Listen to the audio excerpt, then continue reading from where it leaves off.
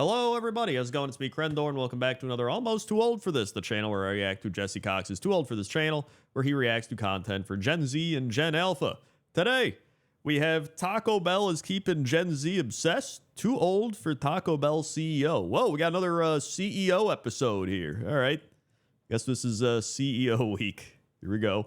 All right, we're doing this again, and this time I am on like 4 hours of sleep and a complete mess. So today will be an episode. Last time we talked about that absolutely cringe McDonald's CEO video, and I was Chris like, and his big arch love. My hot little hands. The current state of modern fast food. But then I got a response that was like, well, hold on.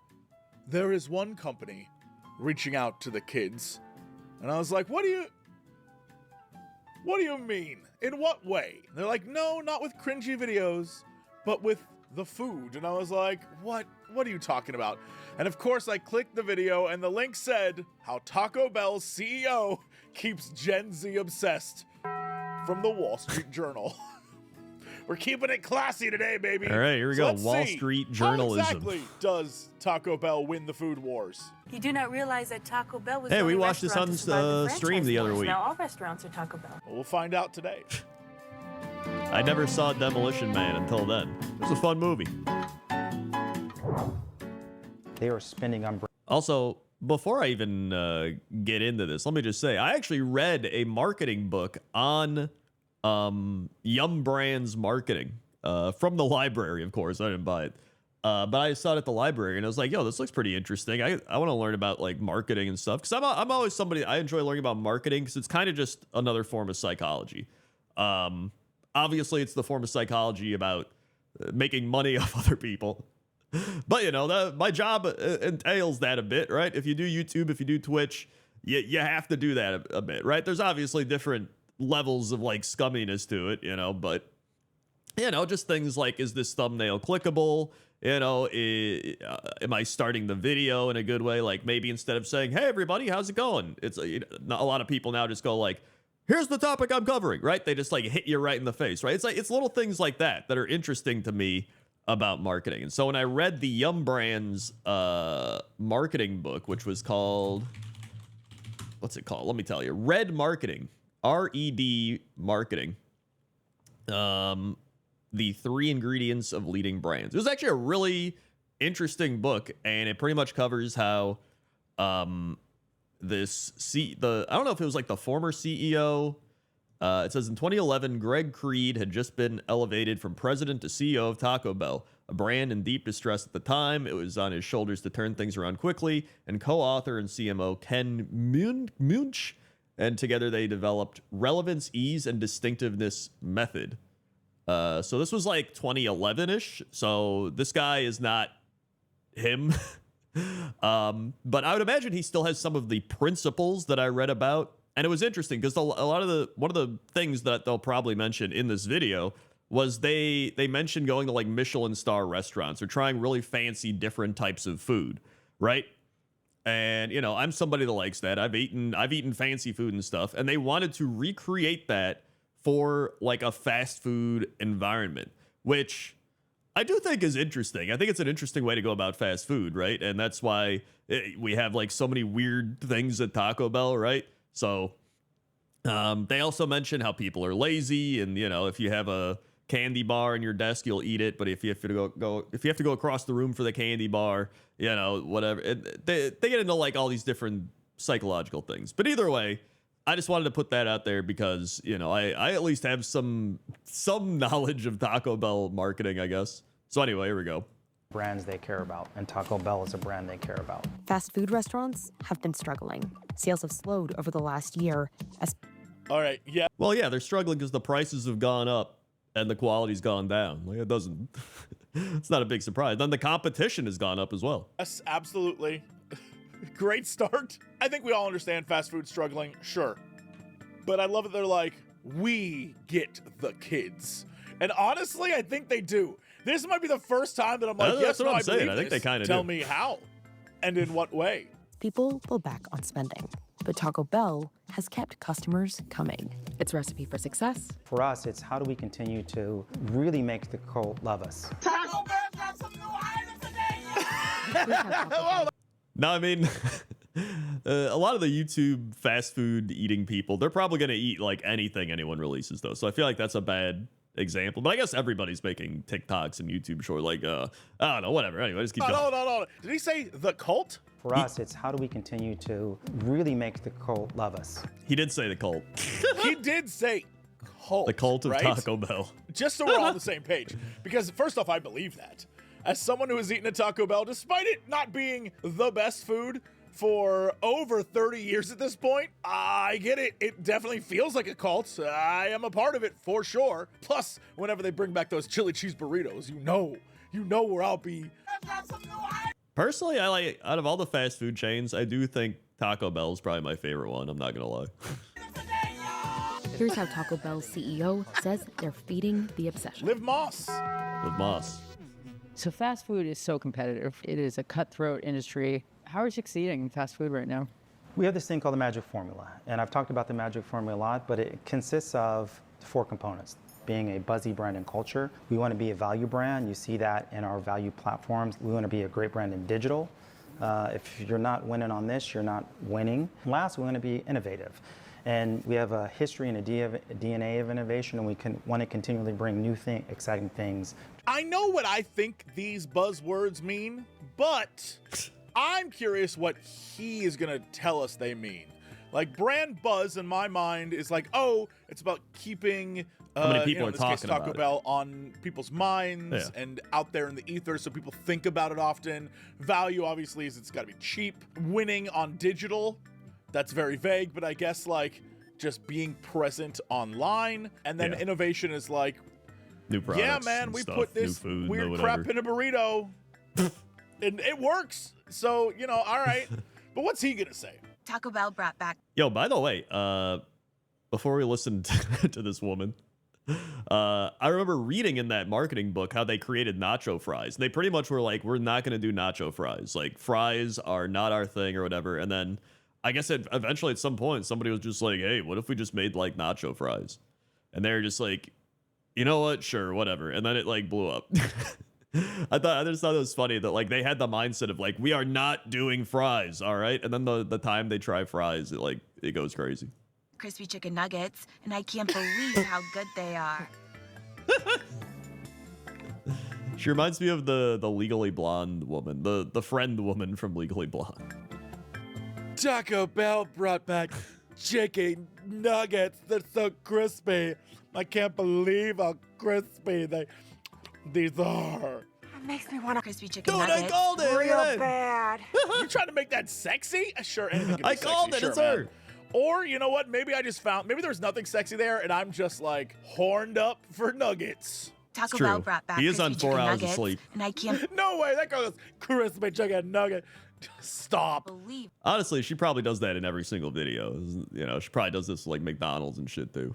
How good they are. So it might surprise people that you sold out on chicken nuggets. Is Taco Bell a chicken restaurant now? The funny thing about chicken nuggets, I think even internally, we had people into the kitchen, some influencers, some people within the industry, and I think people kind of scratched their head a little bit, but it didn't surprise us. We knew that we had an amazing product. We knew we could storytell around that product. We knew some of the content that we created, are we a taco place or a chicken place, really resonated with consumers. From your taco place, it's also I will say I tried the chicken nuggets because I was curious. I did it on stream and they were okay. They were very okay.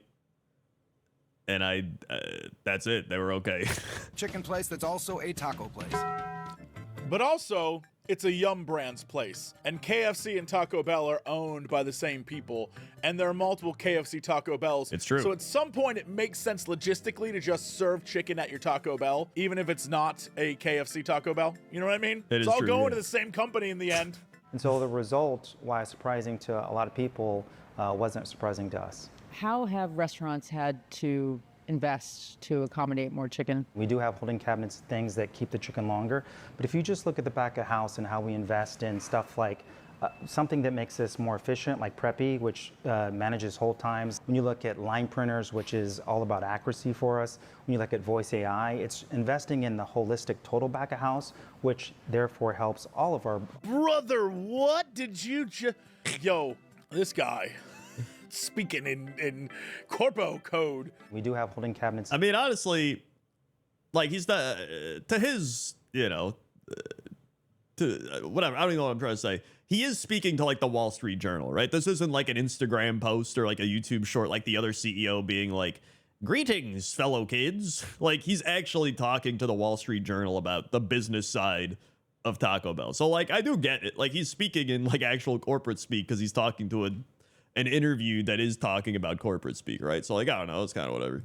Things that keep So the holding cabinets are the warmers that keep the chicken warm. I wouldn't say fresh, but warm. Yeah, If you warm. just look at the back of house and how we invest in, Back of house is the kitchen, etc. it's investing in the holistic total back of house, which therefore helps all of our proteins resonate with consumers. Holy shit. It does boil down to like when you'd have somebody working at Best Buy, like I'm a television specialist on the floor of management. It's like, dude, you just sell TVs.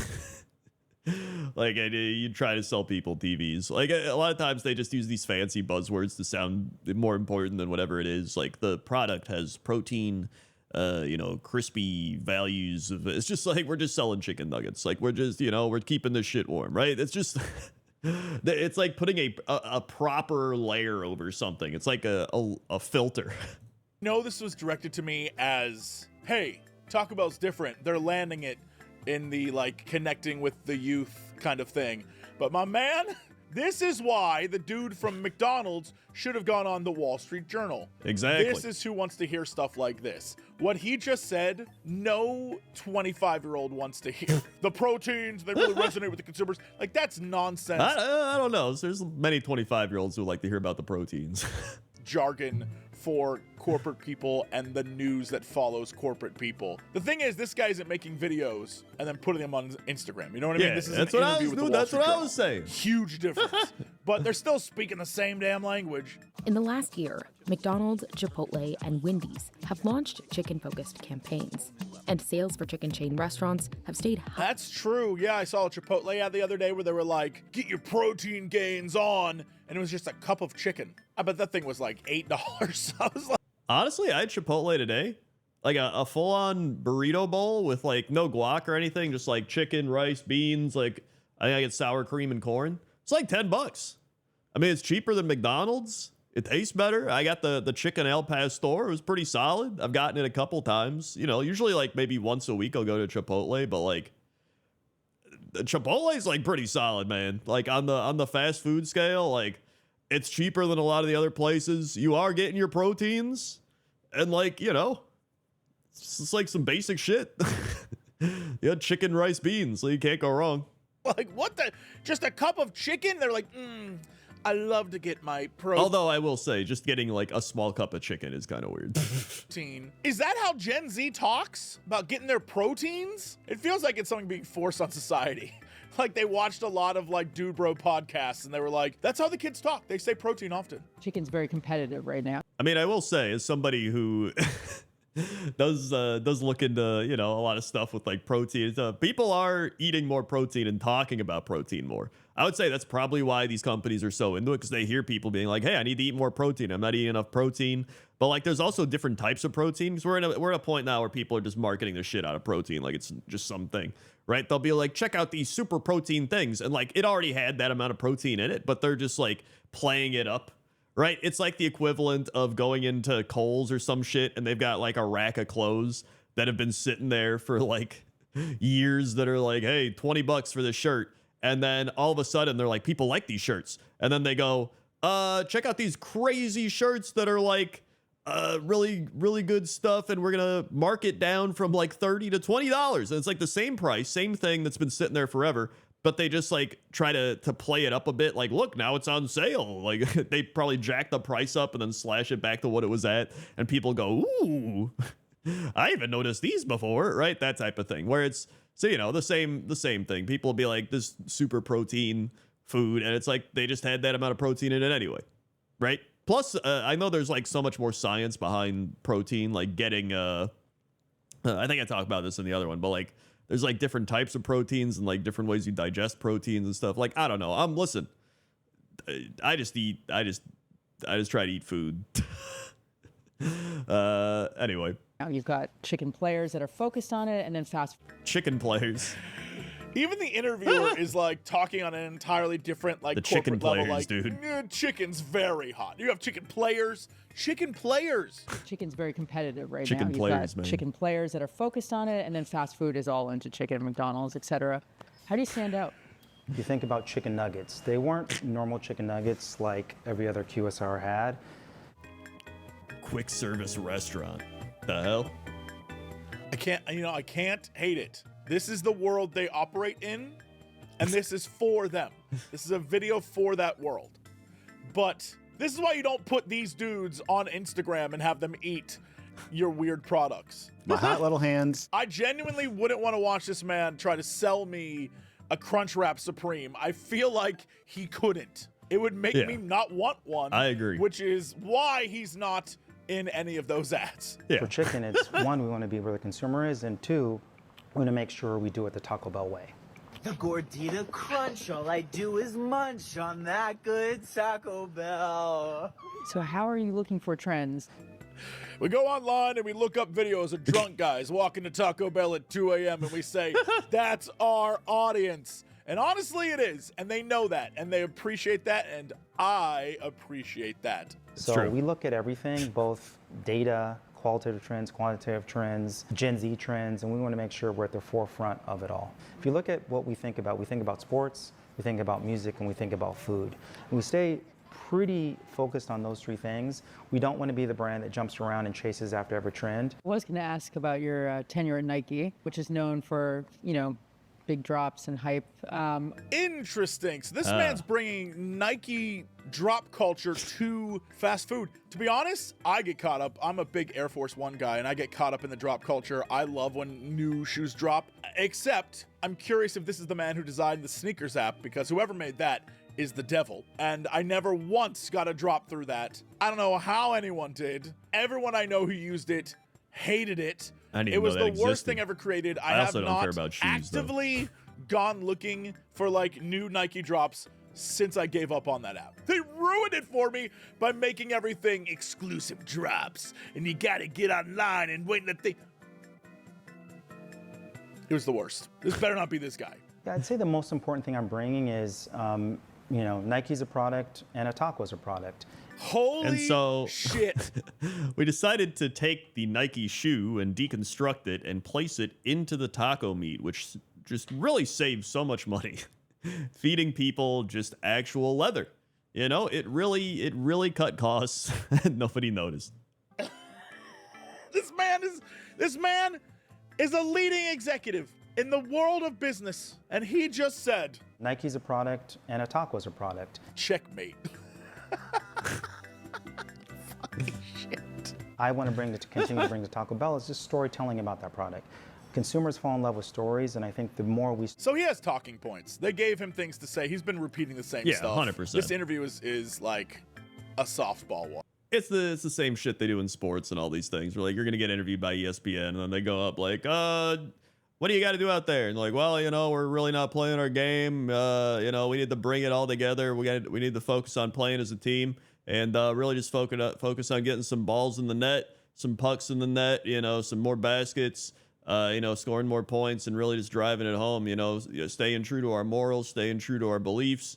And, that's what it's really all about. At the end of the day, it's about going into that locker room, with the other guys and just, getting together and saying, hey, what are we doing wrong? And we got to, correct some mistakes. We played decent, but we had a lot of mistakes. And, I think if we correct those and we play the way we know how to play, I think we're gonna turn it around. Back to you up in the booth.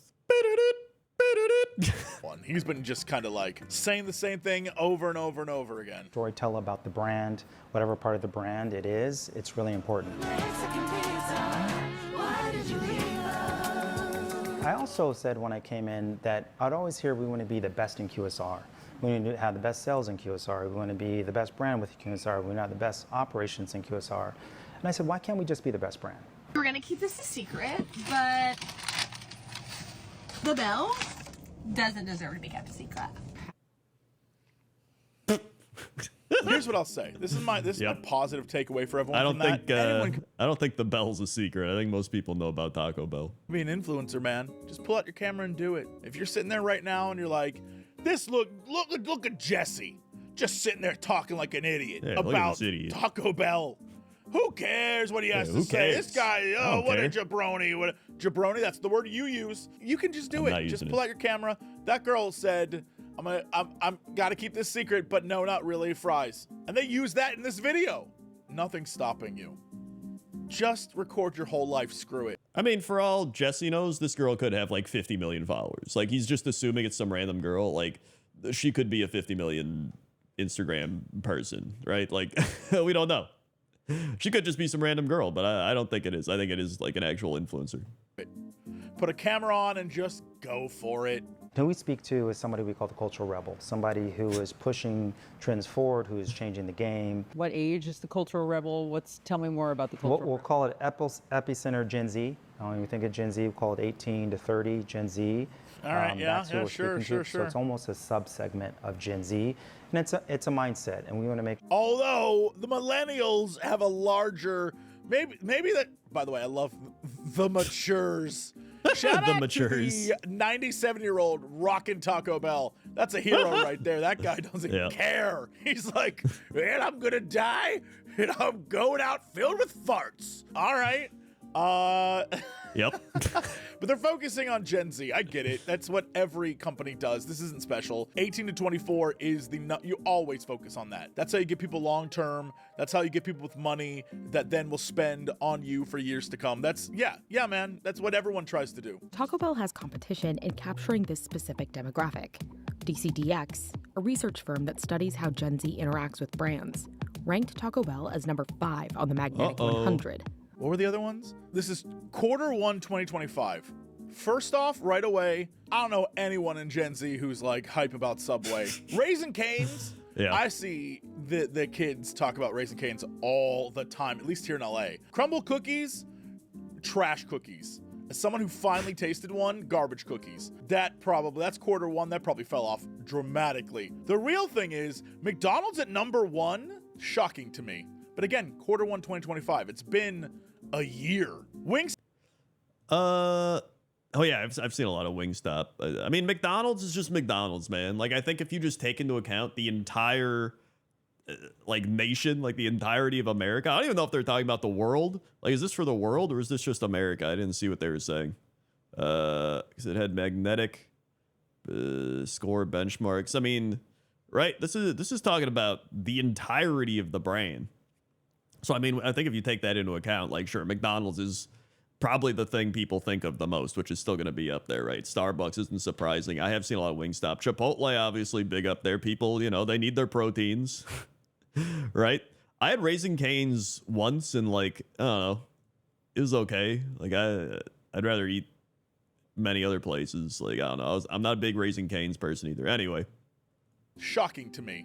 But again, Q1 2025. It's been I'd also never had a crumble year. cookie, but Wingstop, I get. Starbucks, I get.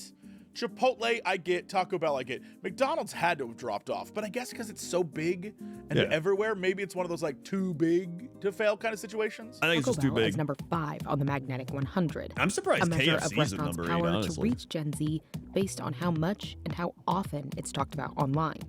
Okay, guys, I am back, and I got a Baja Blast. No, I get it, How are girl. you getting Gen Z to spend? When you look at that group, they're the word of mouth brand ambassador, brand advocate that will drive your brand forward.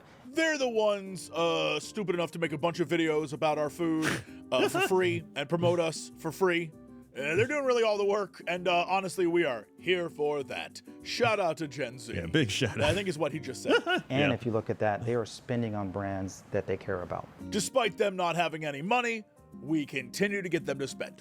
Keep caring by executing the magic formula. We want to make sure that from a brand standpoint, from a digital standpoint, from a value standpoint. I also like the magic formula. It's got like, I just picture like the Taco Bell wizard, like, I bring you the magic formula. It's like, he shall not ignore brand buzz. Just like casting spells and shit. And from an innovation standpoint, we keep on executing the plan. We are, 6 minutes into this video, and he's repeated everything at least once. You talked about value a little bit, and value is really the name of the game in the industry right now. It's also become very competitive. Everyone's offering some kind of value offering. How are we standing out? I think the way we stand out is there's value promotions and there's value platforms. Value platforms, when you think of CVM, cravings value. It like hurts my soul to watch this. I know this was pitched as a, oh, this is going to show you how Taco Bell gets through to Gen Z when, you know, McDonald's failed to do so. And while what he's saying as an idea, I understand, the way he's saying it is like, thank God. Again, I'm repeating as much as he is. Thank God this man is not the you know, the public forward-facing person at the company. Thank God they're using like sports stars and influencers and stuff, because my man doesn't have it. Taco Bell appeals to a more low-income demographic than the average for other quick-service restaurants. Well, that's because Taco Bell is cheaper than all those other restaurants featured there. Starbucks is expensive. McDonald's is more expensive than ever. Chick-fil-A has always been on the more expensive side of fast food. Taco Bell is consistently the cheapest of the foods, which is why, like, you don't have to be a genius to figure out cheap food that is filling and has a little bit of, like, you know, fun to it is going to attract a little bit more of fun. young, lower income people. A Crunchwrap Supreme is a fun handheld food, and that's cheaper compared to all the other offerings you're going to get here. It like checks out. I get it. We think about the menu as core and value and LTOs. It's a very exciting menu that people can come to no matter income level. People have options within Taco Bell, and it's just a brand that people want to be involved with. Taco Bell got me again with the box deal. Let's talk about boxes. The way she said it, I can't tell if it's a brand ad or if it's just a girl who's actually excited, but her excitement seems like an ad. Taco Bell got me again with the box deal. It does sound like an ad, to be honest. You can usually tell when people are going into advertiser mode, right? Just depending. I think some people, I like to think me and Jesse have hit the point where, like, even when we do sponsored things, it's like we've just been around long enough that it's almost like Bill Burr-esque, where you start just being like, this thing looks pretty neat, you know? This product looks pretty fun. And I guess I'll try it out. Hopefully it's not terrible, right? Like, I'm wearing my MeUndies, you know? I wear MeUndies all the time. MeUndies.com/Crendor, you know? I'm not... That's for the Cox and Crendor podcast. That's not even for this, but I like MeUndies, right? So, like, I don't know. Yeah, a lot of times, if it is the Taco Bell and it's like someone's getting paid, they go into a little more of like a structured, like, ad read type of thing, right? Where it's just like, hey guys, I have purchased the big box type of thing, and it feels a little soulless, I guess is what I'm saying. I don't even know what to believe when it comes to ads. And let's just say some of the videos we've done in the past, I've gotten updates on, and I'm questioning everything. And we'll have to do a follow-up video on all that stuff. I know I said you shouldn't really trust stuff on the internet, and I'm just being reminded of that daily. A lot of those That's items true. I are trust quite nothing. premium and would be more expensive if you bought them a la carte versus in the box. How are you making those profitable for franchisees? We work with our suppliers, we work with our partners, work with our franchisees to make sure they're priced appropriately. And each box gives you something different. And we're always making sure that we have the right cost of sales. So at the end of the day, Are they going to do a Taco Bell loot box? Each box has something different. The Taco Bell mystery box, they get it home like, what did I get? I got a cheesy gordita crunch. Oh my God, and a chalupa. This is crazy. Right, dude, that would not even surprise me if they start doing mystery boxes. Didn't say anything, man. He's not saying anything. We're doing these things with our team effectively, and by communicating with them, we are accessing the right sales opportunities. It's like, fuck. At some point, he had to learn to speak like this. He wasn't like this. 20 years ago, he didn't talk like this. Yeah. Every one of these dudes learns this, and They learn I it. genuinely believe it. Like, can you imagine this man going home at night and like having to like read his kid a bedtime story or like have a conversation with his wife? Do you think he talks like this to them? All right, maybe, I don't know, but I feel like no. So this is like a whole code switch. Just like sit down and eat dinner. Just like, you know, the product that you've placed in front of me is, it's a little low on the LOV opportunity, but I believe that if we work with our suppliers, you know, we can increase the value of this product, and really the magic behind the product that you've put in front of us tonight. And then she's just like, I want a divorce. Into this mode, and it just sucks because CEOs and executives and everyone feel like they need to be like this, and it makes me think so little of you. Give it up, Taco Bell fans. Give it up. Do you want to be the biggest brand? I want to be the best brand, and I want to make sure we are a global brand. I want to win the fast food wars previously like Demolition opened Man. in Mexico, and that didn't work. Could you see returning to Mexico? I think anything's possible. This brand. That means no. Taco Bell is not Mexican. Anyone who has eaten like real ass delicious Mexican food understands that. Yeah. And you're not going to bring it to It's Taco Bell. Mexico. You know, and it's not say, Mexican food. Hey guys, it's Taco Bell. We know you have it's a its million own thing. options. Like a million options. But come eat our weird slush meat and cheesy sauce. They're not going to want to. They're just not going to want to. They haven't been raised on that trash. We have, and it's our good slop. We love that gruel. It's the good trash. And frankly, I will continue to eat it. So Taco Bell is doing great right now. There has to be things that keep you up at night. What are some of the biggest challenges here? I think what keeps me up at night is just keeping the team motivated and not being complacent. It's like when an interview asks you, what's your worst quality? my worst quality? Well, it's that I work too hard. You know, I can't stop working. This man is just spinning up a story. Like, well, my worst quality is that I'm so passionate about keeping people motivated that, you know, I'll really work extra hard to make sure that happens. And sometimes I feel like that could be a detriment to my personal life. But I feel like when I'm in and working for a company, I always want to put that first because I value the company I work for, and their success is my success. That's the kind of bullshit happening here. Honestly, I feel like a lot of big YouTubers and streamers are like this as well. It's just like they put on the facade of not seeming like it. You know, they've got like a team behind the scenes being like, what's the ROI on the stream today? How many active followers have we gained? What is the thumbnail interaction with the blah, blah, blah? Like, it's like some Mr. Beast probably has an entire team like this, right? Like, you know, this is why me and Jesse will never be millionaires on this platform. Because there's people like this doing this shit. And I'm like, man, I don't care enough. Sean, thanks so much for joining us. Thanks for coming out, Heather. Please tell I did today, guys. All right, just had to stop here because on my screen, it just popped up with Hooters CEO on pivot. No more butt cheeks hanging out. Why don't you have me watch that video? What is wrong with America? Where have my butt cheeks gone? I would have had much more fun. But also, the concept of Hooters, the place known for like the sex. They're like, no more of that. We're all about our mediocre chicken wings now. Cool, man. Good luck with that. Sometimes I wonder how people become in charge of a company because they clearly aren't qualified. I guess it's how you speak. If you can say a bunch of stuff and it mean nothing, you're the man for the job. Am I too old for it? Yes. Am I too tired for it? Yes. Am I too hungry for it? No. I love you, Taco Bell. Yeah, you know, I think it's kind of like what I said, or Jesse said a little bit. You know, he talks well, he does his thing. You know, he can be a good public figure, and he seems like he knows how to micromanage things and just manage stuff in general. He seems like he keeps his cool, and he doesn't really have a soul. You know, he seems like he kind of lacks that. So I think he's got all of the qualifying thing. It's kind of like the Simpsons quote. What's that Simpsons quote Mr. Burns says?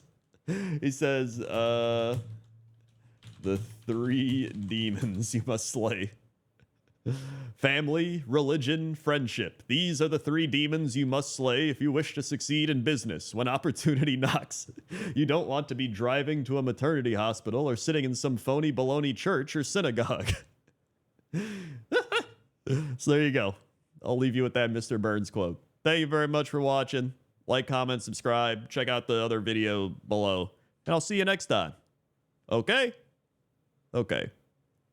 See ya.